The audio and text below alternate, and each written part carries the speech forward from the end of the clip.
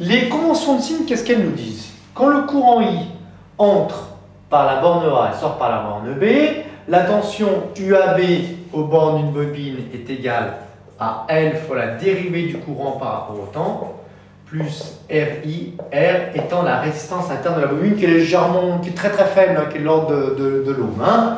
Tout dépend de la qualité de la bobine évidemment. Alors la tension UBC par contre, c'est tension aux bornes du conducteur ohmique égale R fois I.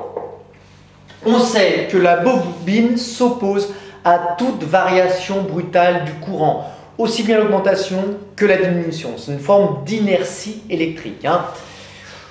Alors, AT égale 0, juste avant de fermer l'interrupteur, juste avant je mets 0 moins, juste avant de fermer l'interrupteur, le courant était nul. Comme la bobine s'oppose à toute variation brutale du courant, juste après, le courant, juste après 0+, il est toujours nul. Si le courant est nul, que vaut la tension UBC au moment où on ferme l'interrupteur? Eh bien, AT égale 0, UBC est égal à R fois I, le courant AT égale 0. Comme le courant est nul, eh bien la tension UBC est nulle. Quelle est la courbe 1 correspondant à une tension nulle? Quelle est la courbe correspondant à une tension nulle? J'ai donné la réponse. Hein. C'est évidemment la courbe 1. Donc cette tension, c'est UBC. Je vous laisse deviner que vaut cette tension. Ben, la tension, c'est UAB. Hein. Voilà.